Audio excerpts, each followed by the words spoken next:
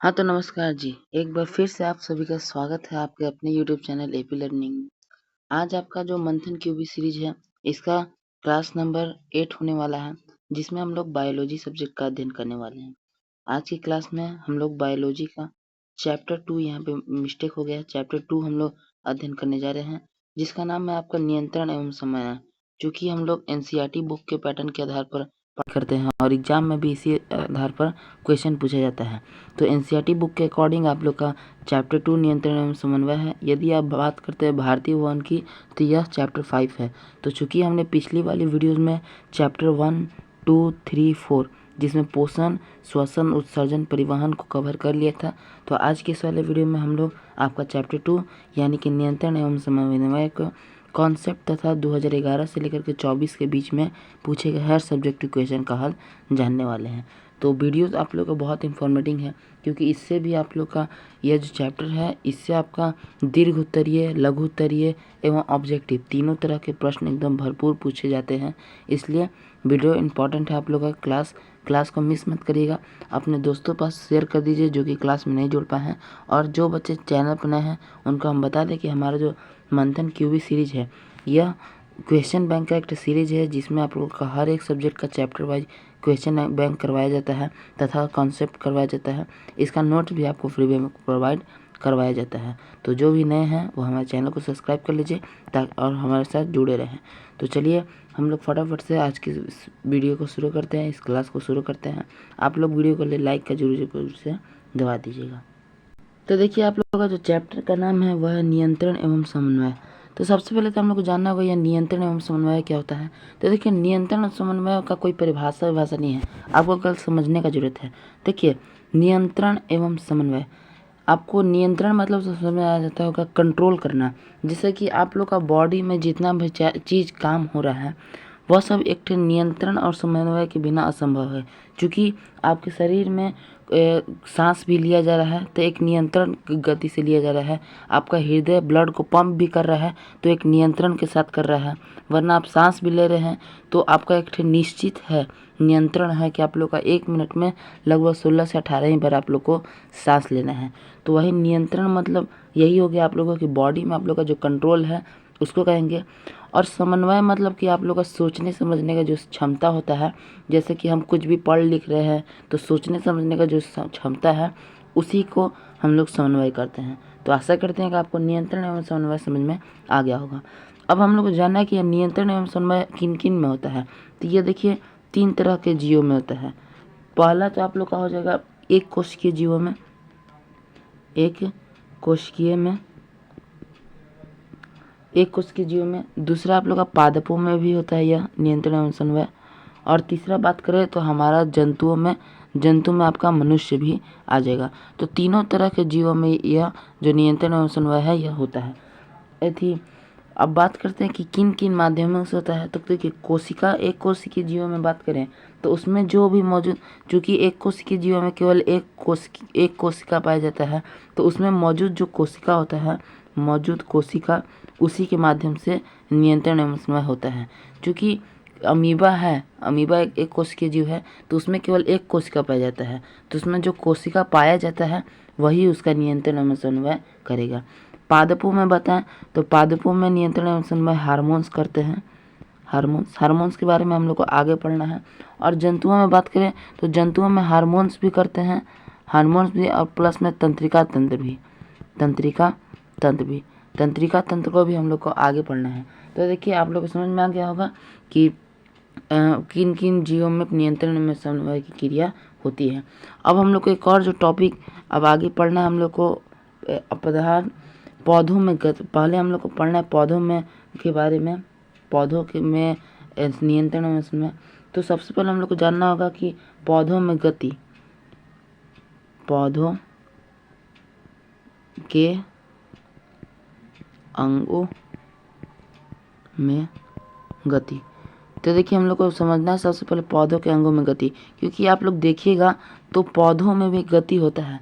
जब आप कोई लरी वाला पेड़ देखिएगा, लरी वाला पेड़ से कहने का मतलब है कि कोई भी लत्ता वाला पेड़, जो कि आप बहुत सारा पेड़ देखे होंगे कि जो दीवार में सट जाएगा तो वह पूरा दीवार को कवर कर लेता है, मतलब धीरे धीरे उसमें पकड़ पकड़ कर चल जाता है। तो पौधों में भी गति होता है, उसके लिए पौधों में भी गति का दिशा होता है, विभिन्न विभिन्न दिशाओं में पौधों में गति होती है। तो पौधों में बात करें तो मुख्यतः कितने प्रकार के, तो 4 प्रकार के गति होते हैं। पौधों में मुख्यतः कितने प्रकार गति होते हैं, तो 4 प्रकार गति होते हैं। तो पौधों में जो गति होता है उसे हम लोग कहते हैं अनुवर्तन। अनुवर्तन, तो इसमें हम लोग को सबसे पहला पढ़ना है प्रकाशानुवर्तन। प्रकाशानुवर्तन, प्रकाश अनुवर्तन। तो देखिए इसके नाम से ही आपको समझ में आया, प्रकाश और अनुवर्तन। तो इसका हो जाएगा पौधों के अंगों का प्रकाश की दिशा में गति प्रकाश अनुवर्तन कहेगा। जैसे मैं आपको मान लीजिए कोई पौधा है, देखिए यह कोई पौधा हो गया, एग्जाम्पल ले लिए हम लोग। तो देखिए यहाँ पे सूर्य का प्रकाश है, तो यदि ये जो पौधा है इसका सूर्य की दिशा में, इसका यह जो शीर्ष है, यह ऊपर वाला भाग जो है यह सूर्य की दिशा में गति करने, मतलब यह थोड़ा तिरछा होने लगा, जिधर सूर्य है उधर गति करने लगा, तो यह जो प्रक्रिया यह प्रकाशानुवर्तन कहलाएगा। तो आप लोग को प्रकाशानुवर्तन का परिभाषा लिखना होगा, तो आप लोग लिखिएगा पौधों के अंगों का प्रकाश की दिशा में गति प्रकाशानुवर्तन कहलाता है। ठीक, इसी प्रकार से आपका दूसरा नंबर पे आता है जलानुवर्तन। जलानुवर्तन, जलानुवर्तन। अब यह जलानुवर्तन क्या है, तो बहुत सारा पेड़ आप देखिएगा, जैसे मिट्टी हो गया और या कोई पौधा हो गया, यहाँ पे नदी उदी बह रहा है, तो बहुत सारा पेड़ देखिएगा, तो बहुत सारे पेड़ का जब देखिएगा तो उन लोग नदी जिस साइड होगा उस साइड में उन लोग का गति होगा धीरे धीरे, तो इसे कहेंगे जलानुवर्तन। इसमें आप लोग लिखिएगा कि पौधों के जल की दिशा में गति जलानुवर्तन कहलाएगा। ठीक, तो जलानुवर्तन प्रकाशानुवर्तन आप लोग समझ गए।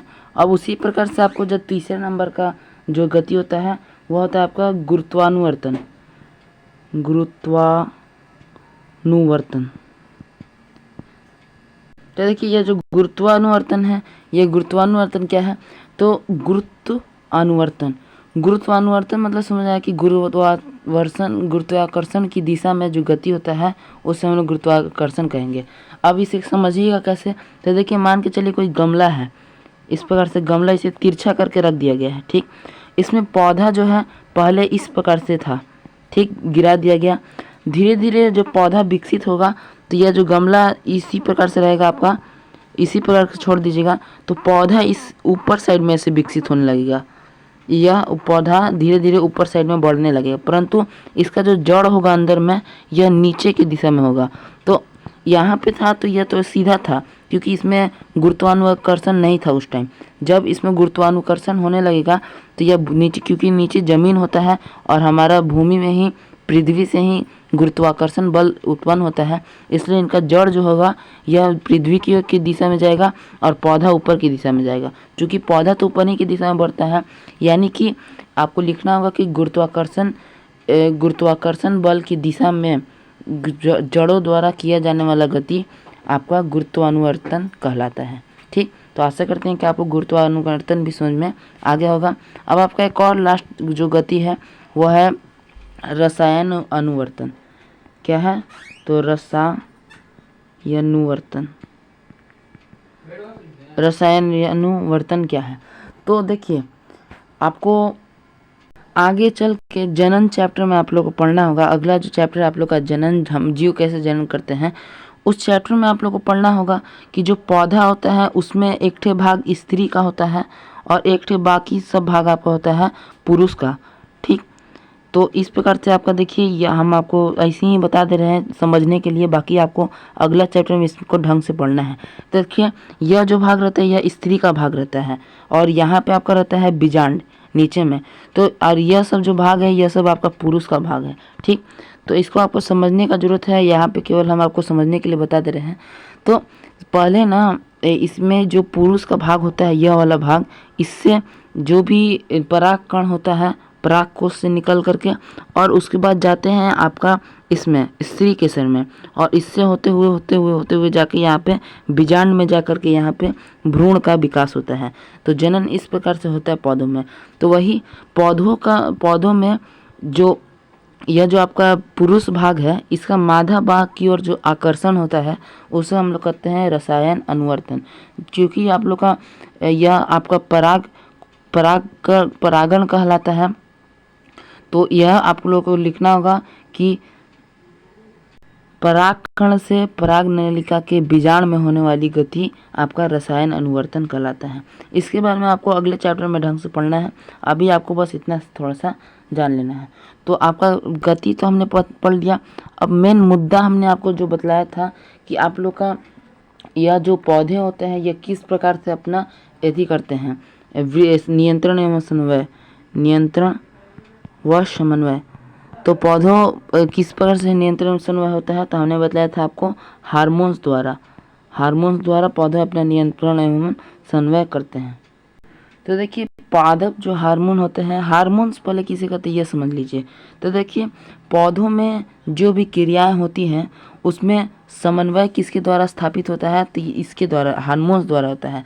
तो हार्मोन्स क्या है, तो हार्मोन्स एक रासायनिक पदार्थ है। क्या है, तो रासायनिक पदार्थ है। तो आपको परिभाषा लिखना होगा कि पौधों की जैविक क्रियाओं के बीच समन्वय स्थापित करने वाला रासायनिक पदार्थ हार्मोन्स कहलाता है।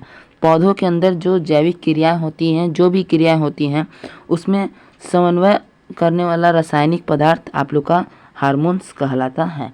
ठीक, तो हार्मोन्स की परिभाषा समझ लें। अब हम लोग को मेनली पौधों के बारे में बात कर रहे हैं, तो हम लोग को अभी यहाँ पे बात करना है पादप हार्मोन के बारे में। इसके बारे में, तो पादप हार्मोन्स के बारे में। तो देखिए पादप हार्मोन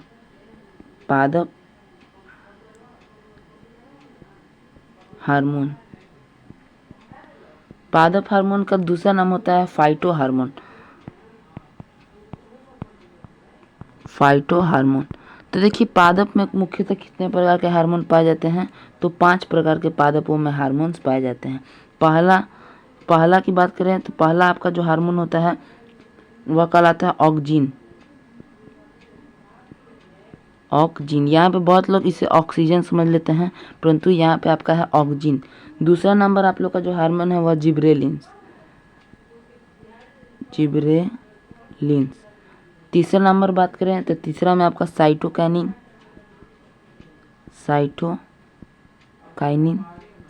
फिर बात करते हैं हम लोग, उसके बाद है आपका एब्सिसिक। चौथा की बात करें एब्सिसिक। और अंत में आपका जो पांचवा होता है वो होता है एथिलीन। तो देखिए आप लोग का पादपों में मुख्यतः 5 प्रकार के हार्मोन्स पाए जाते हैं, oxygen, gibberellin, cytokinin, abscisic, ethylene. ठीक, इन पांचों का नाम रखना आपको याद जरूरी है, क्योंकि इससे बहुत भरमार क्वेश्चन पूछे जाते हैं। इसमें आप लोग का बात करें तो यह जो आपका पहला और दूसरा है ऑक्सीजन और जिब्रेलिन, यह आपका वृद्धि हार्मोन होते हैं। वृद्धि हार्मोन, इसके बारे में हम लोग आगे पढ़ेंगे। यह वृद्धि हार्मोन होता है, मतलब वृद्धि बढ़ाने का काम करते हैं, हाइट बढ़ाने का काम करते हैं पौधों में। परंतु ये जो आपका एब्सिसिक है यह वृद्धि रोधक, यानी कि ऑक्सीजन और जिब्रेलिन का एकदम उल्टा है आपका एब्सिसिक। तो चलिए अब पारी से इन सभी आपको पांचों के पांचों हार्मोन्स के बारे में जान लेते हैं। Oxygen, gibberellin, cytokinin, ethylene, abscisic. तो सबसे पहले आप नंबर पे हमने आपको बतलाया था, पहला नंबर पे आप लोग का कौन था, तो वो था ऑक्सीजन। ठीक, तो सबसे पहले बात करें कि ऑक्सीजन कैसा हार्मोन है, तो अभी जस्ट हमने आपको बतलाया कि यह एक वृद्धि हार्मोन है। ऑक्सीजन आप लोग का वृद्धि हार्मोन है। ये कहाँ पाया जाता है, तो चूंकि आप लोग को मालूम होना चाहिए कि वृद्धि आप लोग का 2 चीज़ में होता है। जो पेड़ पौधे होते हैं, इसमें वृद्धि 2 चीज़ में होता है, एक तो इनका लंबाई बढ़ेगा और इनका मोटाई बढ़ेगा। तो ये जो ऑक्सीजन होता है यह शीर्ष भाग में बढ़ता है, यानी कि यह इसकी लंबाई बढ़ाने का काम करता है। तो यह कहाँ पाया जाता है, तो यह शीर्ष भाग में, पौधों के शीर्ष भागों में यह आपका ऑक्सीजन पाया जाता है। ठीक, और यह क्या काम करता है, मतलब क्या बढ़ाता है, तो हमने आपको बताया कि पौधों की लंबाई को ग्रोथ करता है, मतलब पौधों की लंबाई को बढ़ाता है। अच्छा, यह कैसे फलों के उत्पादन में सहायक होता है, मतलब किस तरह का फलों का उत्पादन करता है, तो बीज रहित। बीज रहित बीज रहित फलों में आप लोग का किसका नाम आ जाएगा, तो बीज रहित फलों में जिसमें बिया ना हो, जैसे कि आपका केला का नाम आ जाएगा जिसमें बीज नहीं होता है। और इसका जो गति करने की जो दिशा होती है वो होती है प्रकाश। क्योंकि प्रकाश हमने आपको बताया प्रकाशानुवर्तन ऊपर की दिशा में होता है, सूर्य ऊपर पाया जाता है, इसलिए प्रकाशानुवर्तन ऊपर की दिशा में होता है। तो इसीलिए यह इसका गति पूछा जाएगा तो प्रकाश आपको बतलाना होगा। तो इतना चीज़ आपको केवल जानना है ऑक्सीजन हार्मोन के बारे में। सबसे पहले आपसे पूछा जाएगा किस प्रकार का हार्मोन है, तो यह एक वृद्धि हार्मोन है। कहाँ पाया जाता है, तो ये पौधों के शीर्ष भाग में पाया जाता है। किस चीज़ में सहायक है, तो पौधों की लंबाई बढ़ाने में सहायक है। किस प्रकार के पौधों को ग्रोथ करने में सहायक है, तो बीज रहित फलों के पौधों को ग्रोथ करने में सहायक है। इसकी गति की दिशा क्या होती है, तो प्रकाश की दिशा होती है। अब हम लोग बात करते हैं आपका दूसरा नंबर जो है जिब्रेलिन। जिब्रेलिन तो देखिए जिब्रेलिन की बात करें तो हमने आपको बतलाया कि यह कैसा हार्मोन है, तो यह भी वृद्धि हार्मोन है। ऑक्सीन और जिब्रेलिन दोनों का दोनों वृद्धि हार्मोन है। यह किस चीज़ में सहायक होता है, मतलब कार्य इसका मुख्यतः क्या होता है, तो देखिए इसका सहायक होता है कोशिका विभाजन और कोशिका दीर्घन में। कोशिका विभाजन में, अच्छा कोशिका विभाजन में क्यों सहायक होगा, तो देखिए पेड़ पौधों में जब तक कोशिका का, जैसे कोशिका यह एक ठे है, ठीक, इसका जब विभाजन होगा तो यह जब टूटेगा तो यह दो ठे हो जाएगा, तो दो ठे होगा तो इसका लंबाई बढ़ेगा, यानी कि यह लंबाई बढ़ाने में सहायक होता है, इसलिए इसमें कोशिका विभाजन होता है। तो कोशिका विभाजन में सहायक होता है ताकि लंबाई बढ़ा सके। और किस अंग की लंबाई बढ़ाता है, तो हमने आपको बतलाया या तो चौड़ाई बढ़ाएगा या तो लंबाई बढ़ाएगा। तो लंबाई आपका ऑक्सीजन बढ़ाता है, यह चौड़ाई बढ़ाता है, यानी स्तंभ की लंबाई। स्तंभ की लंबाई मतलब पेड़ पौधों का जो तना होता है उसका लंबाई। और किस प्रकार के पौधों में उत्पादन में सहायक होता है, तो बड़े आकार के पौधों व फूलों के उत्पादन में यह सहायक होता है। तो आपको जिब्रेलिन्स के बारे में इतना जानना है। किस प्रकार का हार्मोन है, तो वृद्धि हार्मोन है। इसमें किस चीज़ में सहायक होता है, तो यह कोशिका विभाजन में सहायक होता है। किस चीज़ की लंबाई बढ़ाता है, तो स्तंभ की लंबाई बढ़ाता है। और कैसे फलों के उत्पादन में सहायक होता है, तो बड़े आकार के फलों के उत्पादन में सहायक होता है। तो ऑक्सीन और जिब्रेलिन्स के बारे में आपने समझ लिया। अब हम लोग का तीसरा नंबर जो था वो था साइटोकाइनिन।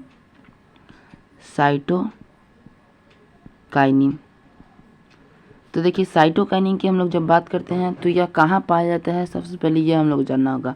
तो यह पौधों के जड़ व भ्रूण कोष मतलब जहाँ बच्चा का विकास होता है, तो उसको आपको जन्म में समझना है भ्रूण कोष का।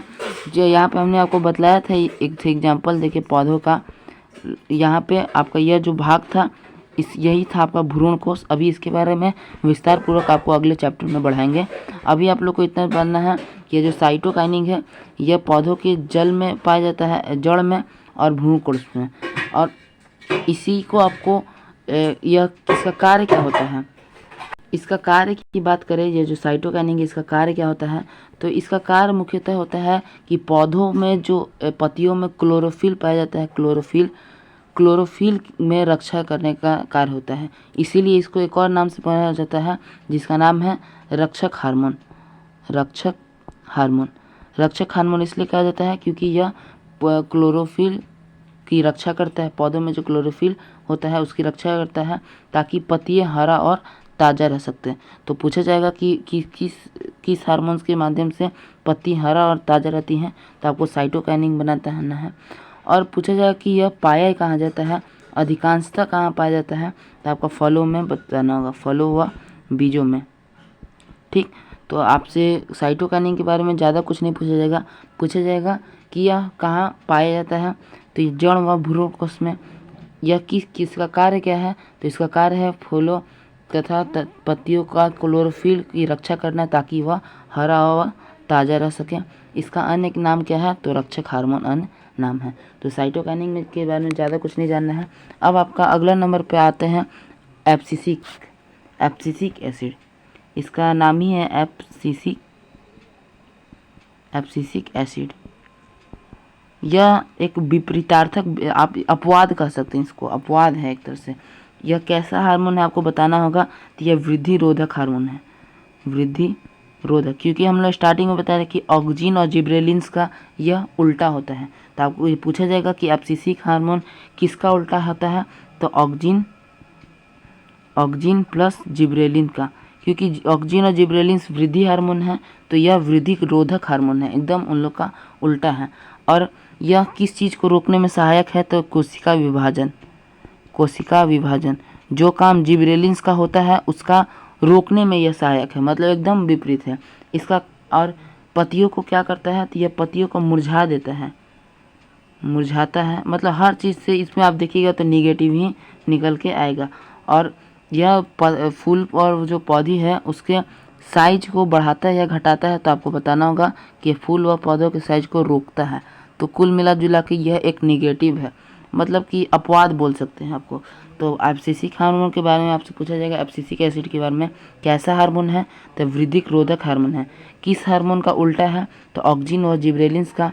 इसका कार्य क्या है, किस चीज़ को रोकता है। तो कोशिका विभाजन व कोशिका दीर्घन को रोकता है। पत्तियों को मुरझाता है तथा पत्तियों के आकार को बढ़ने से रोकता है। इतना आपको एब्सिसिक एसिड के बारे में बतलाना होगा। अंत में हम लोग चलेंगे एथिलीन के बारे में, जो कि लास्ट है। एथिलीन के बारे में भी 2-3 थे एकदम पॉपुलर क्वेश्चन है जो कि पूछा जाता है। सबसे पहले तो आपसे पूछा जाएगा यह किस रूप में पाया जाता है। तो यह एक गैस के रूप में पाया जाना हार्मोन है, गैस के रूप में। यह आपको याद रखना होगा कि ऑक्जिन ऐसा हार्मोन है जो कि गैस के रूप में पाया जाता है। किस तरह के पौधों में पाया जाता है। तो जटिल पौधों में इसका कार्य क्या होता है।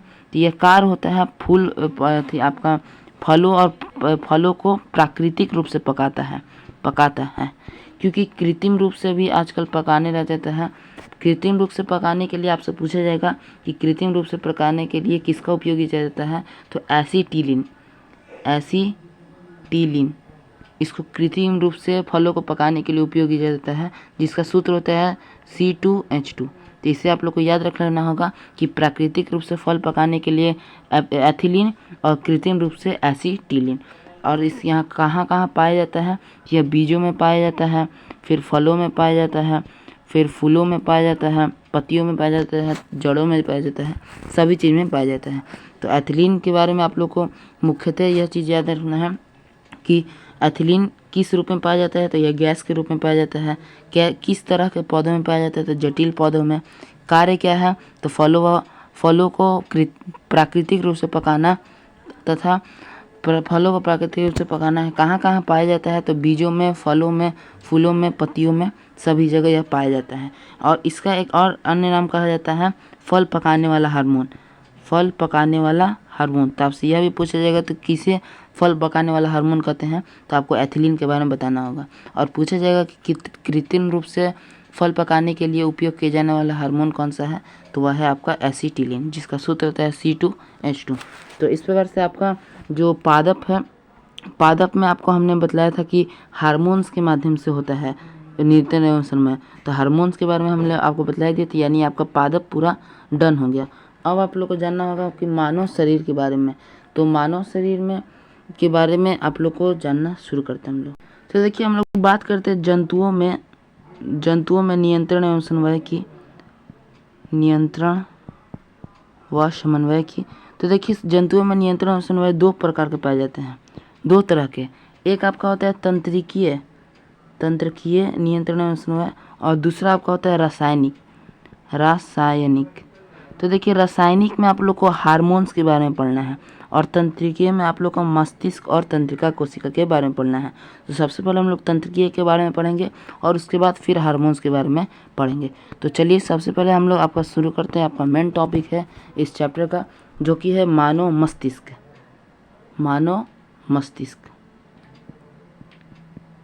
Human brain. यह आपका बहुत ही इंपॉर्टेंट चैप्टर है, ये टॉपिक है। आप बुक का भी बोल सकते हैं या इस चैप्टर का भी बोल सकते हैं। तो चलिए फटाफट से हम लोग शुरू करते हैं आपके मानव मस्तिष्क के बारे में। सबसे पहले पूछा जाए कि मानव मस्तिष्क किस झिल्ली से घिरा होता है। तो आपको बताना होगा मेनिनजिन नामक झिल्ली से घिरा होता है। और किस हड्डी से पूछा जाएगा। तो आपको बताना होगा क्रेनियम। क्रेनियम नामक हड्डी से घिरा रहता है। तो आपका क्रेनियम नामक झिल्ली से मस्तिष्क घिरा होता है। और ये जो आपका झिल्ली है और ये जो हड्डी है, इसके बीच में एक ठे द्रव्य भरा होता है। तो आपसे पूछ लीजिएगा कि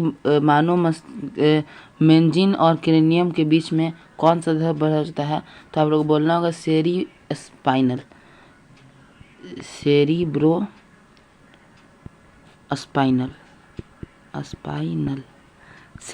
स्पाइनल उस द्रव का नाम रहता है। ठीक, तो आपका यह जो क्रेनियम हड्डी है, इस क्रेनियम हड्डी में कितने जोड़े हड्डी पाए जाते हैं, तो आपको बतलाना होगा कि 8 जोड़े हड्डी पाए जाते हैं। ठीक, किस कोशिका से बना होता है आपका जो मस्तिष्क है, यह किस कोशिका से बना होता है, तो आपको बताना होगा तंत्रिका तंत्र के बारे में हम लोग आगे विस्तारपूर्वक पढ़ेंगे। अभी आप लोग को जान लेना है कि यह तंत्रिका तंत्र से बना हुआ होता है। मानव का सबसे लंबी कोशिका कौन सी है मानव शरीर की, तो यही है तंत्रिका कोशिका, सबसे लंबी कोशिका। यह क्वेश्चन एग्जाम में बहुत भी ज़्यादा पूछा जाता है। और मस्तिष्क पर लगने वाला चोट से कौन सा रोग होता है, तो आप लोग का हिंदी चैप्टर में एक ठे आपका चैप्टर है वर्णिका में माँ, उसमें आप लोगों को पढ़ना है मेनिंजाइटिस रोग के बारे में। मेनिंजाइटिस यही मेनिंजाइटिस रोग होता है। मस्तिष्क में किसी प्रकार का चोट लग जाता है तो यह मेनिंजाइटिस रोग होता है। आपका मस्तिष्क का आयतन पूछा जाएगा, तो आपको बताना होगा 1300 मिलीलीटर। 1300 मिलीलीटर आपका मस्तिष्क का आयतन होता है। अब नेक्स्ट पेज पे हम लोग चलेंगे, तो मस्तिष्क के ही बारे में हम लोग बात कर रहे हैं अभी। मस्तिष्क के बारे में, मस्तिष्क में अभी 2-3 टॉपिक बचा है कि मस्तिष्क का वजन कितना होता है। तो वजन बात करें तो 1450 से लेकर के 1500 ग्राम तक मानव मस्तिष्क का वजन होता है। मस्तिष्क में आसानी से कैंसर क्यों नहीं होता है, बहुत सारे जगह पे आप सुनिएगा कि मस्तिष्क में कैंसर बहुत रेयर केस में ही होता है। क्यों, ऐसा क्यों नहीं होता है, तो देखिए, जब तक कोशिका विभाजन होगा, जब कोशिका का विभाजन होगा तब जाकर कैंसर फैलेगा। परंतु तंत्रिका कोशिका जो कि मानव का सबसे बड़ी कोशिका है, उसमें कोशिका विभाजन नहीं होता है। अब चूंकि मस्तिष्क में तंत्रिका ही कोशिका पाया जाता है, इसीलिए इसमें कभी कैंसर नहीं होता है। तो आपसे पूछा जाएगा कि मस्तिष्क में कभी कैंसर क्यों नहीं होता, तो तंत्रिका कोशिका की वजह से। ठीक, अब आपसे पूछा जाएगा कि रेयर केस में मस्तिष्क में कैंसर होता है तो उसको किस नाम से जाना जाता है, तो आपको बतलाना होगा ब्रेन ट्यूमर।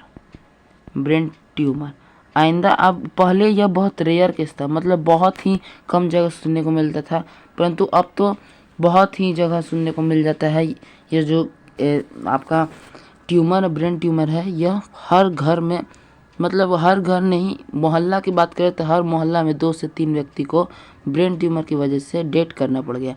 तो यह अब रेयर नहीं है, परंतु बहुत ही रेयर केस था कि सिर में कैंसर हो। ठीक, अब तो ये तो मस्तिष्क के बारे में कुछ जानकारी था। अब हम लोग को जानना है मस्तिष्क के भाग के बारे में। तो मानव का जो मस्तिष्क होता है, मानव मस्तिष्क को विभिन्न भागों में बांटा गया है। तो चलिए मानव मस्तिष्क का भाग के बारे में बात करते हैं। मानव मस्तिष्क के भाग के बारे में बात करें तो मानव मस्तिष्क को पहले तो आप लोग का 3 भाग में बांटा गया है। पहला आपका अग्र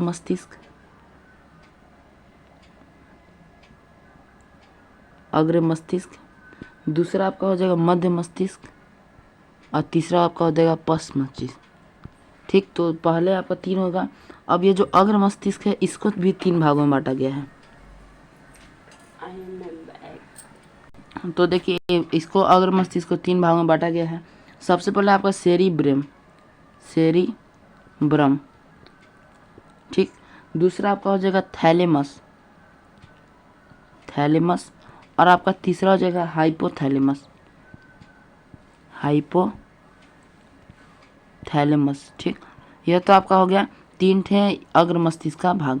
अब बात करते हैं मध्य मस्तिष्क का। तो मध्य मस्तिष्क के 2 भाग होते हैं। चलिए नेक्स्ट पेज लेकर के आपको ढंग से बतलाते हैं।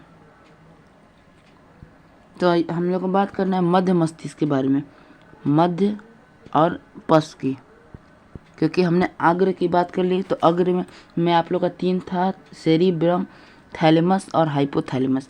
मध्य मस्तिष्क की बात करें तो मध्य मस्तिष्क के 2 भाग हैं और पश्च मस्तिष्क के भी 2 भाग हैं। मध्य मस्तिष्क की बात करें तो इसमें आपका होता है एक कॉर्पोरा, एक होता है आपका कॉर्पोरा और दूसरा आपका होता है सेरिब्लर। अब बात करें आपका पश्च मस्तिष्क की, तो पश्च मस्तिष्क में आप लोग का सेरिबेलम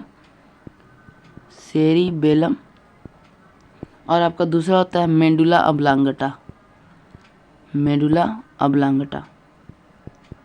ऑब्लांगेटा।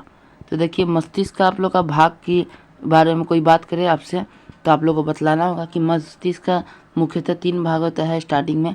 पहला अग्र मस्तिष्क, दूसरा मध्य मस्तिष्क, तीसरा पश्च मस्तिष्क। अग्र यानी आगे वाला, मध्य मतलब बीच वाला, पश्च मतलब पीछे वाला। अग्र मस्तिष्क का भी 3 भाग है।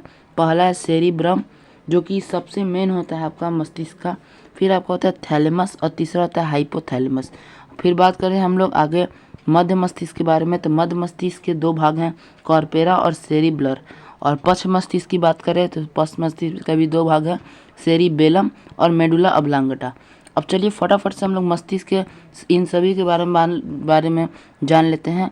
यह जो आपका सेरिब्लर है, थैलेमस, हाइपोथैलेमस, उसके बाद कॉर्पोरा, सेरिब्लर, सेरिबेलम, मेडुला ऑब्लांगेटा।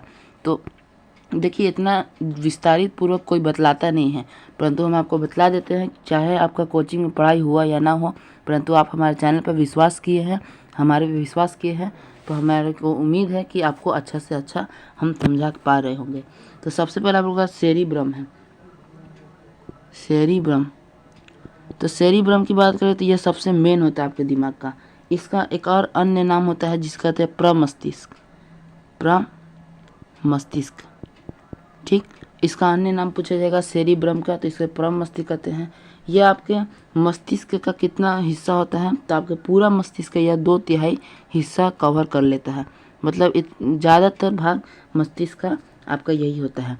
इसको ही सेरिब्रम को आपको बुद्धि व चतुराई का केंद्र कहते हैं। बुद्धि व चतुराई का केंद्र कहा जाता है इस सेरिब्रम को। सेरिब्रम का कार्य क्या होगा, तो सेरिब्रम का कार्य होता है कि हमारे सोचने व समझने की क्षमता है, हमारा स्मरण की क्षमता है, अनुभव जैसी क्रिया को नियंत्रण एवं सही करता है। मतलब कि हम लोग किसी चीज़ को छूते हैं तो वह कैसा है, वरना फिर हम जो भी चीज़ हमको लाइफ में डिसीजन लेना रहता है, हर एक चीज़ में सोचने समझने का जो भी स्मरण का शक्ति होता है, सोचने समझने का, वह सब आपका सेरिब्रम ही कंट्रोल करता है। तो इसीलिए आपका यह बुद्धि व चतुराई का केंद्र भी कहलाता है। तो आपसे एग्जाम में पूछा भी जाता है कई बार कि किसे बुद्धि व चतुराई का केंद्र कहा जाता है, तो आप लोग को बोलना होगा कि सेरिब्रम को।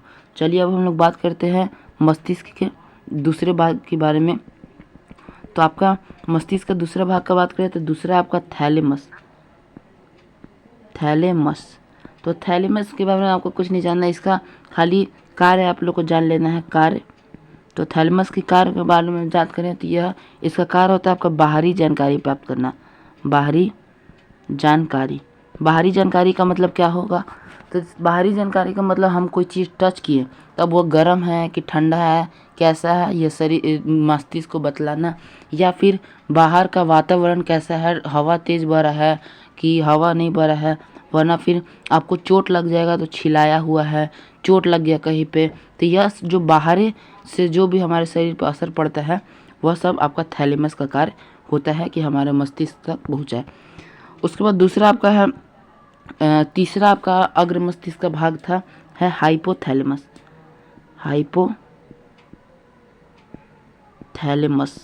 तीसरा आपका भाग है अग्र मस्तिष्क का हाइपोथैलेमस।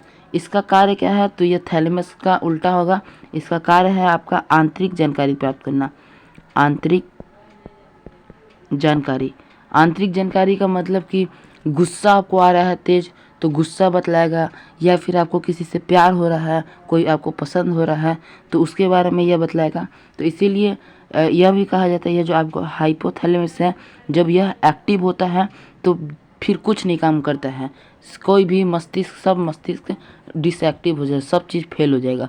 जब आपको तेज़ गुस्सा आता है तो आपको कुछ भी नहीं सूझता है, मतलब जिस चीज़ पे गुस्सा आया है, बस वह काम कर ही देना है, वरना कोई आपको पसंद है तो आप कुछ आए बाय नहीं सोचिएगा, आपको पसंद है तो बस पसंद ही है।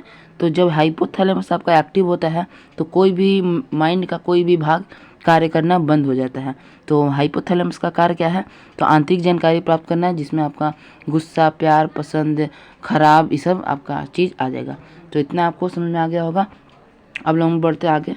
तो देखिए आप लोग का अग्र मस्तिष्क का तीनों भाग हो गया आप लोग का। सबसे पहले हमने आपको बतलाया सेरिब्रम के बारे में, दूसरा आपका थैलेमस और तीसरा हाइपोथैलेमस। अब आप लोग का बात करते हैं मध्य मस्तिष्क की। तो मध्य मस्तिष्क में आपका सबसे पहले था कॉर्पोरेरा में भी आपको केवल इसका जानना है कार्य क्या है। तो इसका कार्य होता है देखने व सुनने में मदद करता है, देखने व सुनने में मदद करता है। तो अब आप सोचिएगा तो देखने में तो आँख मदद करता है और सुनने में आपका कान मदद करता है, तो यह इस कॉर्पोरा का करता है। तो देखिए यह जो आपका आँख और कान है, यह केवल देखने का, आँख आपका केवल देखने का काम करता है। अब देख के ये नहीं समझ पाएगा आँख, हम कुछ भी चीज़ देख, जैसे आप अभी मोबाइल देख रहे हैं तो आपका आँख बस देख रहा है कि हम देख रहे हैं कुछ, लेकिन उसको यह नहीं पता कि हम अभी मोबाइल देख रहे हैं। तो यही कॉर्पोरा का यही काम है कि हम क्या देख रहे हैं ये सब बताना है, ये वरना हम सुन रहे हैं तो क्या सुन रहे हैं, यह सब कार्य कॉर्पोरा का है। और आपका मध्य मस्तिष्क का एक और जो भाग है वह है आपका सेरिब्लर। तो आपका मध्य मस्तिष्क का अन्य जो भाग था सेरिब्लर। तो सेरिब्लर के बारे में इस बुक में ज़्यादा जानकारी नहीं दिया गया है, तो आपको इसके बारे में आज तक पूछा भी नहीं है, तो इसको आप लोग को छोड़ देना है। अब आप लोग बात करते हैं पश्च मस्तिष्क के बारे में। पश्च मस्तिष्क में आपका सबसे पहला था सेरिबेलम।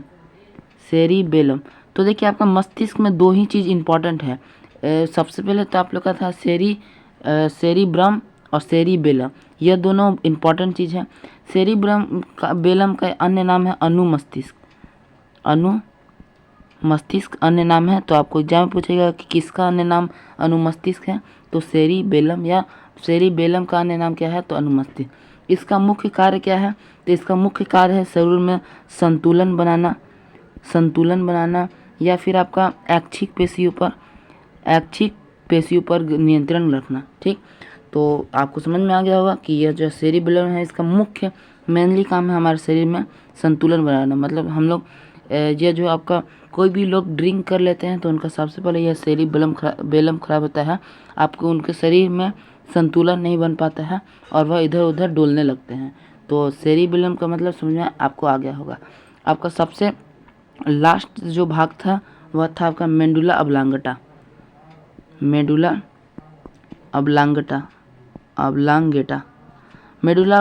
का कार्य क्या है, तो इसको कुछ नहीं जानना आपका, यह केवल इसका कार्य है कि यह हमारे मस्तिष्क को स्पाइनल कोड यानी कि मेरुरज्जु से जोड़ने का काम करते हैं। मेरुरज्जु को अन्य दूसरा दिमाग कहते हैं। इसको हम लोग आगे बढ़ेंगे, आगे मेरुरज्जु के बारे में पढ़ना है। तो मेडुला ऑब्लांगेटा का मेनली यही काम है कि स्पाइनल कोड से हमारे मस्तिष्क को जोड़ना। तो इस प्रकार से हमने आपके मस्तिष्क के सारे भाग को क्लियर कर दिया, जो भी था आपका भाग A to Z कंप्लीट हो गया। अब हमने आपको बतलाया था अभी मेरुरज्जु के बारे में, तो चलिए मेरुरज्जु के बारे में थोड़ा सा जान लेते हैं। मेरुरज्जु, तो मेरुरज्जु को अंग्रेजी में कहते हैं स्पाइनल कोड। ज़्यादातर आप स्पाइनल कोड ही देखेंगे, हिंदी बहुत लोग ही काम करते हैं। तो देखिए ये जुड़ा किससे रहता है, तो हमने आपको जस्ट बतलाया ये मेडुला ऑब्लांगेटा से जुड़ा रहता है, मेडुला ऑब्लांगेटा से। ठीक, इसका कार्य क्या है, देखिए इसका बहुत मेन कार्य है। इसका कार्य क्या क्या है, तो सबसे पहले हृदय का धड़कन इसका ही कार्य है, रक्तचाप इसका ही कार्य है, श्वसन का गति इसका ही कार्य है, छींकना इसका ही कार्य है, खांसना इसका ही कार्य है, उल्टी इसका ही कार्य है, पाचन रसों में स्राव इसका ही कार्य है। आप लोग देखिएगा तो A to Z कार्य इसका है। तो यह कब है, तो देखिए जब मस्तिष्क किसी अन्य कार्य में व्यस्त रहता है तो अपना कारोबार वह मेरुरज्जु पर सौंप देता है।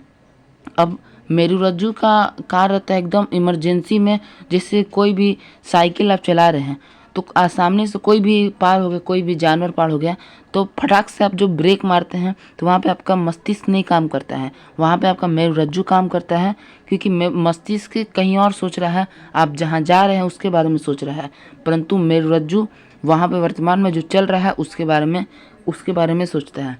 तो मेरुरज्जु का लगभग सब कार्य है, लेकिन जब तक मनुष्य मस्तिष्क उस कार्य को नहीं करता है तभी तक। इसमें कितनी जोड़ी नसें पाई जाती हैं मेरुरज्जु में? तो 31 जोड़ी नसें पाई जाती हैं। तो इतना ही आपको जानना था। बाकी मस्तिष्क का आपका कार्य पूछा जाता है एग्जाम में। मानो जो मस्तिष्क है, मस्तिष्क का कार्य, तो मस्तिष्क का क्या का कार्य है भाई? तो मस्तिष्क का कार्य सबसे पहले आवेश को ग्रहण करना। आवेश ग्रहण करना। आवेश में कि आपका सूचना कोई भी, जैसे हमने कुछ भी चीज़ देखा तो उस चीज़ को ग्रहण कर लेना। उसके बाद जो ग्रहण आवेश किया गया है, आवेश जो ग्रहण किया गया है उसके विपरीत में अनुक्रिया करना। जैसे में कोई आपको मारा तो वह आवेश हुआ, तो वह आपके शरीर मस्तिष्क तक पहुंच गया वह आवेश, तो उसको ग्रहण कर लिया मस्तिष्क। अब उसके बाद उसके बारे में सोचेगा कि उसके विरोध में हमको क्या करना है, मतलब अनुक्रिया उसका क्या करना है। तो फिर उसके बाद अनुक्रिया करने के बाद विभिन्न सूचनाओं को आपस में जोड़ना।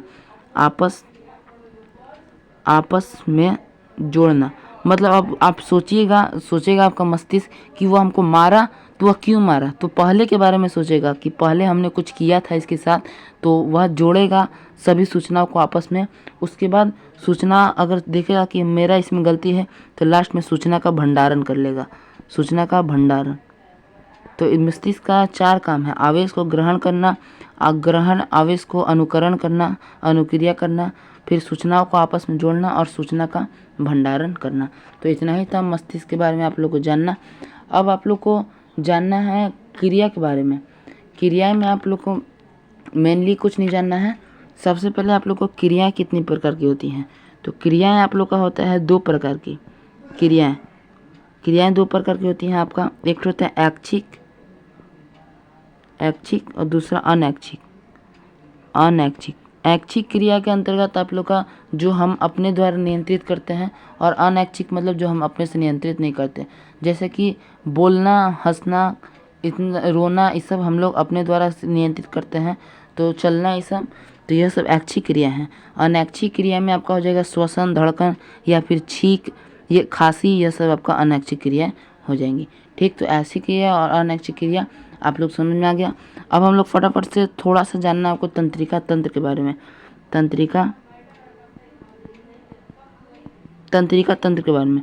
तो देखिए, तंत्रिका तंत्र यह मस्तिष्क का रचनात्मक एवं क्रियात्मक इकाई है। रचनात्मक व क्रियात्मक इकाई, क्योंकि यह सबसे मेन भाग है जिसके माध्यम से मस्तिष्क कंट्रोल होता है। इस तंत्रिका तंत्र का अन्य नाम है आपका न्यूरॉन। तो आपको याद रखना होगा, जिस तरह से उत्सर्जन में किडनी का, वृक्क का मेन भाग था नेफ्रॉन, आपका संरचनात्मक एवं क्रियात्मक इकाई, वैसे ही तंत्रिका तंत्र का न्यूरॉन हो जाएगा अन्य नाम मस्तिष्क का। ठीक, न्यूरॉन की शरीर में संख्या कितनी होती है, मतलब इस तंत्रिका तंत्र की? तो लगभग 100 खरब। समझ सकते हैं आप लोग कितना हमारे शरीर में होता होगा। इसका आकार जीवन भर कैसा रहता है? तो समानाकार रहता है। समानाकार मतलब जीवन में इसका कभी आकार बड़ा या छोटा नहीं होता है। और इसमें क्या नहीं होता है? तो हमने आपको बतलाया था, इसमें कोशिका विभाजन नहीं होता है।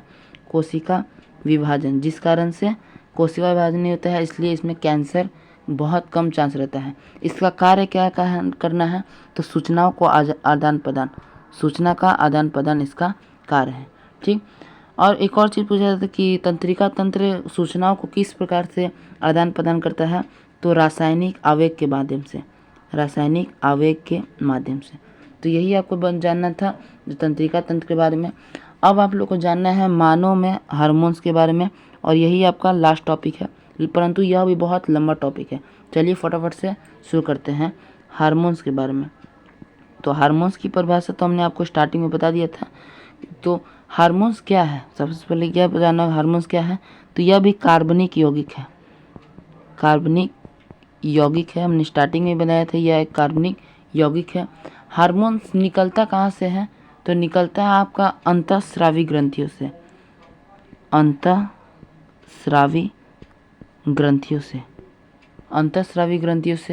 बहता कहाँ है? तो यह जो आपका हार्मोन से यह कहाँ बहता है, तो यह नसों में नहीं बहता है, नसों को छोड़कर बाकी आपके शरीर में यह बहता है। और मिल कहाँ जाता है लास्ट में, तो आपके रक्त में जाकर के यह मिश्रित हो जाता है। अब आपको ये थी हार्मोन्स के बारे में तो समझ में आ गया होगा। अब फटाफट से आपको हार्मोन्स के बारे में बतला देते हैं। तो हमारे मानव शरीर में हार्मोन्स की बात करें तो मानव शरीर में 7 थे हार्मोन पाए जाते हैं।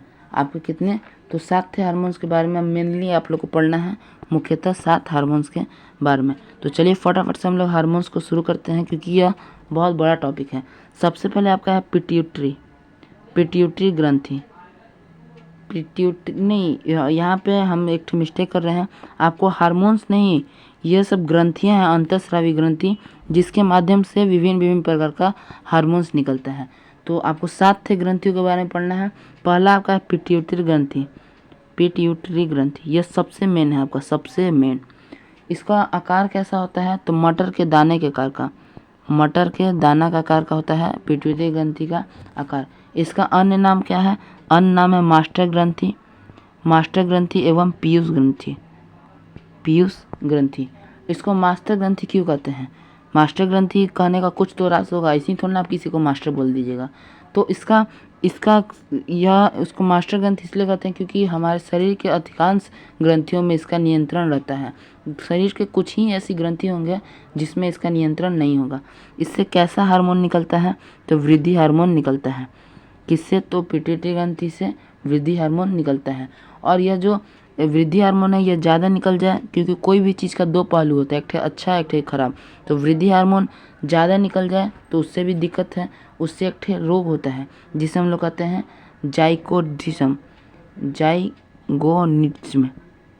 जाइकोडिज्म द्वारा नामक रोग होता है। और ये इसका आकार कैसा होता है, ये जो पिट्यूटरी ग्रंथि इसका आकार कैसा होता है, तो बहुत छोटा होता है आपका, छोटा, सबसे छोटा आप कह सकते हैं। तो पिट्यूटरी ग्रंथि के बारे में आपको इतना जानना था, आपको एग्जाम में मेनली इतना ही बारे में पूछना है। अब आपको बात करते हैं दूसरा नंबर ग्रंथि के बारे में। दूसरा आपका थायराइड नामक ग्रंथि। थायराइड ग्रंथि इसको हम लोग कहते हैं आउटू भी कहते हैं, इसको आउटू भी अन्य नाम से पुकारा जाता है। तो थायराइड ग्रंथि में पाया जाता है, यह कहाँ पाया जाता है, तो यह हमारे गर्दन में पाया जाता है, हमारे गर्दन में पाया जाता है। इसका आकार क्या होता है, तो सबसे बड़ा यह हमारे शरीर का अंतःस्रावी ग्रंथि है। इससे निकलने वाला हार्मोन कौन सा है, क्योंकि पिट्यूटरी ग्रंथि में आप लोग का वृद्धि हार्मोन निकलता था, इससे आपका निकलता है थायरॉक्सिन हार्मोन। थायराइड ग्रंथि से थायरॉक्सिन हार्मोन निकलता है। इसका कार्य क्या है थायराइड ग्रंथि का, तो बीपी का नियंत्रण करना है, बीपी कंट्रोल करना इसका मुख्यतः कार्य है। ठीक, और इसके कमी से प्रमुख जो रोग होता है वो आपका होता है घेंघा। इसी के कमी से आपका थायराइड ग्रंथि से घेंघा नामक रोग होता है, कमी से। ठीक, घेंघा एक टॉपिक नहीं है, परंतु हम आपको ऐसे ही बता देते हैं घेंघा के बारे में।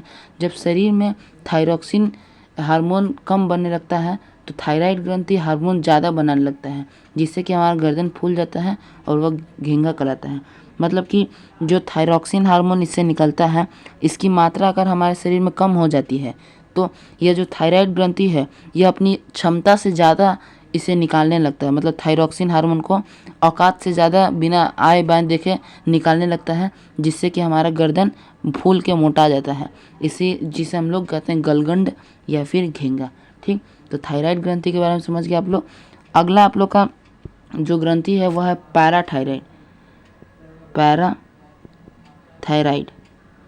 चूँकि आपको थायराइड को आउटू कहते थे, इसलिए इसको पैरा आउटू कहते हैं, पैरा आउटू।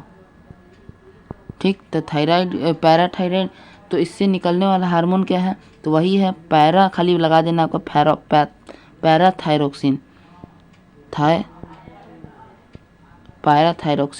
यह आकार बताएं तो यह आकार में सबसे छोटा ग्रंथि है, सबसे छोटा ग्रंथि है। वह जो आपका थायराइड ग्रंथि था वह सबसे बड़ा है और यह सबसे छोटा है। इसकी सबसे खास बात है कि यह पीयूष ग्रंथि जो आपका है पिट्यूटरी ग्रंथि, उससे कंट्रोल नहीं होता है। यही एक ग्रंथि है जो कि पीयूष ग्रंथि से कंट्रोल नहीं होता है, बाकी सब उससे कंट्रोल होता है। यह थायरॉक्सिन आपका जो है ये पैराथायरॉयड नियंत्रण किस चीज़ को करता है, ये आपका कैल्शियम और फास्फोरस को शरीर में नियंत्रण करता है। तो पैराथायरॉयड के बारे में आप लोग को इतना ही चीज़ जानना था। चलिए हम लोग बढ़ते हैं आगे अगला नंबर ग्रंथि की ओर। आपका अगला जो ग्रंथि है वह थाइमस।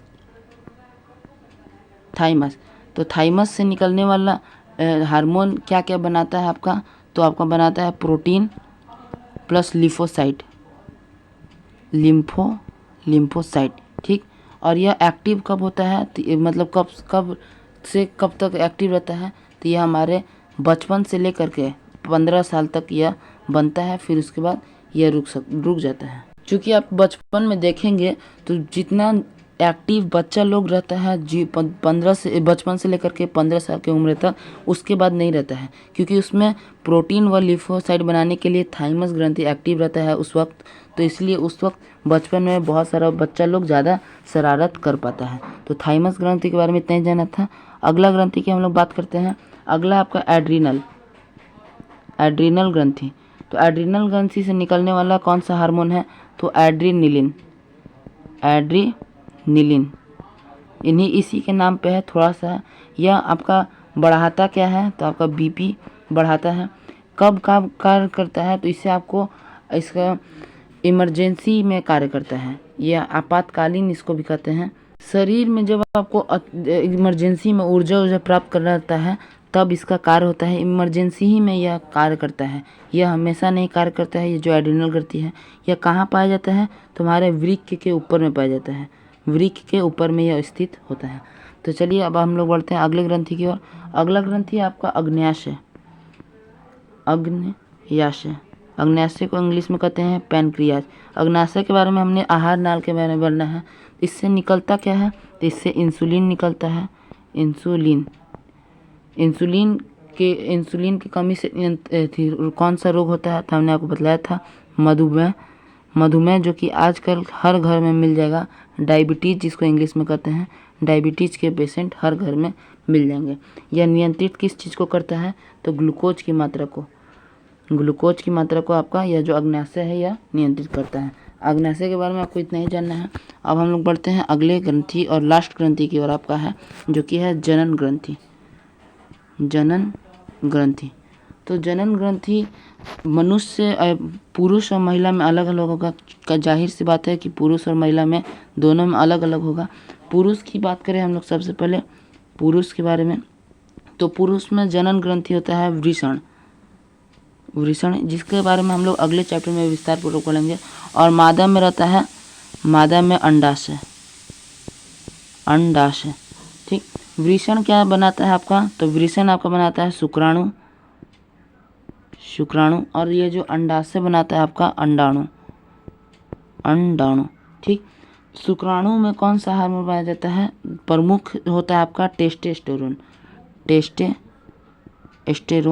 जो कि जनन में सहायक होता है, और अंडाणु एस्टेरोन। तो यही आपका मेन था जनन के बारे में, जनन ग्रंथि के बारे में। तो इस प्रकार से आपका यह जो चैप्टर है यह पूर्ण रूप से कंप्लीटेड हो गया। इसका ए टू जेड एक भी कॉन्सेप्ट हमने नहीं छोड़ा है। चैप्टर जो 2 है नियंत्रण एवं सुनवाई का, हर एक आपका कॉन्सेप्ट हो गया। फटाफट से हम लोग सब्जेक्टिव क्वेश्चन लगाते हैं। टाइम देखिएगा तो टाइम 53 मिनट हो गया, ज़्यादा समय हो गया है। तो चलिए फटाफट से हम लोग क्वेश्चन लगाते हैं। तो देखिए आपका जो क्वेश्चन है कुल 13 क्वेश्चन इस चैप्टर से पूछा गया है। आप देख सकते हैं इतने सारे क्वेश्चन पूछा गया है। आपका देखिए समय हमारा ज़्यादा हो गया है, हम लोग का क्लास 1 घंटा से कम ही कराता है हमेशा, तो हम क्वेश्चन आप लोग करवा देते हैं। नोट्स में आपका इस सब का आंसर मिल जाएगा। नोट्स कैसे प्रोवाइड करना है, तो उसके लिए आपको हमारे इंस्टाग्राम आईडी में, जिसका लिंक आपको डिस्क्रिप्शन बॉक्स में मिल जाएगा, वहाँ पे आपको फॉलो कर लेना है और मैसेज कर देना है। आपको नोट्स में इसका आंसर मिल जाएगा। आप खुद से कोशिश करिएगा, जहाँ नहीं समझ में आएगा तो मैसेज करिएगा, हम आपको नोट्स प्रोवाइड करवा देंगे। आपको क्वेश्चन बतला देते हैं हम। पहला, जब एड्रेनलिन हार्मोन रुधिर में मिल जाए तो तो शरीर में क्या अनुक्रिया होती है, यह आपका 2011 में पूछा गया प्रश्न है। दूसरा, किसी 4 पादप हार्मोन का नाम लिखना है, तो अभी ही आपको हमने ऑक्सिन, जिबरेलिन, साइटोकाइनिन, आप कोई भी एथिलीन 4 को कोई भी का नाम लिख सकते हैं। यह आपका 2013 में पूछा गया है। तीसरा है मानव मस्तिष्क का नामांकित चित्र बनाना है, जो कि आपके बुक में भी दिया है, आप उसे बना सकते हैं। फिर है तंत्रिका उत्तक कैसे क्रिया करता है, 2018 में पूछा गया है।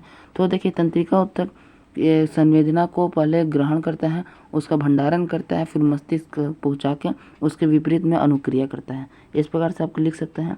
फिर आपका हार्मोन्स क्या है, 2 पादप हार्मोन के नाम लिखना है। तो हार्मोन्स आपको हार्मोन्स एकदम स्टार्टिंग में बतलाए थे कि हार्मोन्स वैसा रासायनिक पदार्थ है जो पौधों में जैविक क्रियाओं के बीच समन्वय स्थापित करता है। 2 पादप हार्मोन का नाम पूछ रहा है, तो जिबरेलिन या ऑक्सिन, साइटोकाइनिन कोई भी का नाम आप यहाँ पे लिख सकते हैं। यह क्वेश्चन आपका 19, 22 और 24 में पूछा गया है। फिर है पादप में प्रकाश अनुवर्तन किस प्रकार होता है। तो हमने आपको बताया कि प्रकाश के अंगों का पौधों के अंगों का प्रकाश की दिशा में गति प्रकाश अनुवर्तन कहलाता है।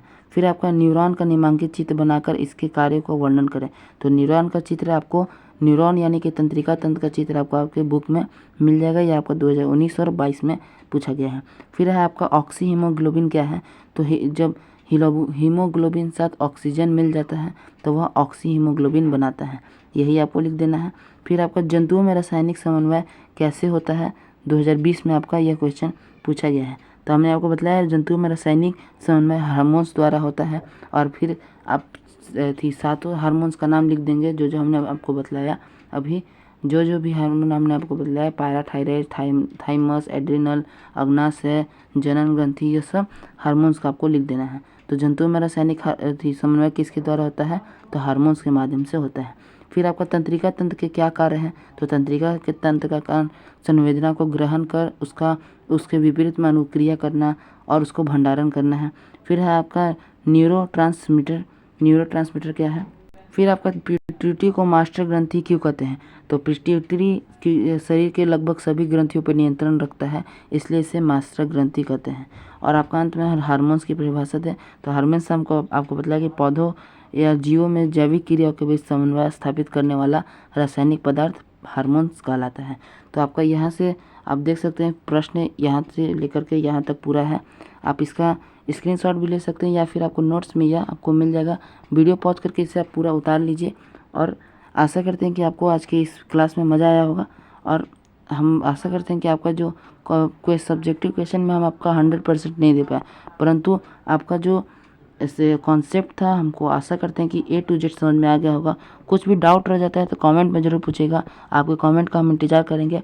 और नोट्स पाने के लिए हमारे इंस्टाग्राम ID का लिंक डिस्क्रिप्शन में दिया गया है, वहाँ से आप प्राप्त कर सकते हैं। तो हम मिलते हैं आपसे अगले वीडियो में किसी नए टॉपिक के साथ। तब तक के लिए जय हिंद, जय भारत।